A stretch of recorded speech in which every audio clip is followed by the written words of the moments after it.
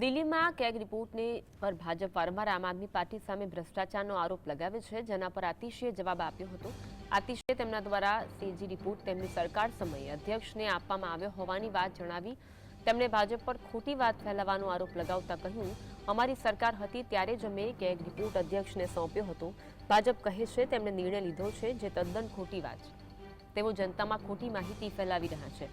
મહત્વનું છે કે કેગ રિપોર્ટને લઈ ભાજપ ચૂંટણી પહેલાથી જ સવાલ ઉઠાવતું હતું અને આમ આદમી પાર્ટી પર ભ્રષ્ટાચારનો આરોપ લગાવ્યો હતો. ત્યારે હવે સત્તામાં ભાજપ આવતા પહેલા વિધાનસભા સત્રમાં કેગ રિપોર્ટ રજૂ કરવામાં આવશે, જેને લઈને દિલ્હીમાં આમ આદમી પાર્ટી અને ભાજપ વચ્ચે ચૂંટણી બાદ પર ઘમાસાણ યથાવત છે.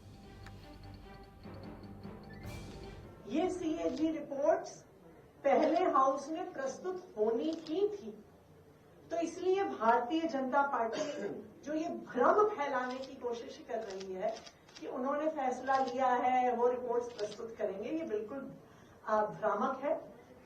सीएजी रिपोर्ट्स मैंने ही दिल्ली विधानसभा में भेजी है और बिल्कुल हम ये चाहेंगे कि जो भी मसला है, जो भी ये सीएजी रिपोर्ट्स में है, जो भ्रम फैलाया जा रहा है, वो बिल्कुल दिल्ली के लोगों के सामने आए.